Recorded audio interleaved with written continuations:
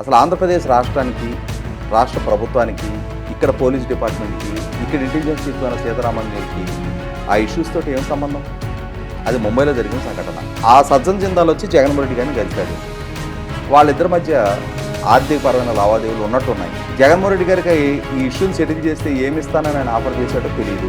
ఆయన ఆదేశించినట్టుగా ఈ సీతారామన్యులు chief minister ఆఫీస్కి కొంతమంది ఐపీఎస్ అధికారులను పిలిపించి 45 రోజుల పాటు ఆ తల్లి తండ్రి కుమార్తెను జైల్లో పెట్టి అంతిమంగా అమ్మాయిని బెదిరించి అక్కడ కేసు విత్డ్రా చేయించారు. ఈ కార్యక్రమానికి బాధ్యులు అని అంటే విశాల్ గున్ని ఐపీఎస్ అధికారి.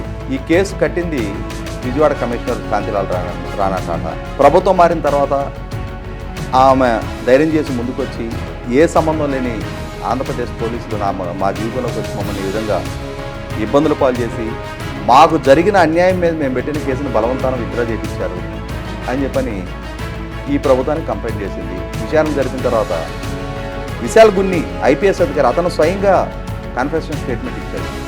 సీఎంఓకి పిలిపించి పిఎస్ఆర్ ఆంజనేయులు ఇచ్చిన ఆదేశాల మేరకు మేము కేసులో ప్రొసీడ్ అయ్యాము, ఈ విధంగా వ్యవహరించాము అని చెప్పని.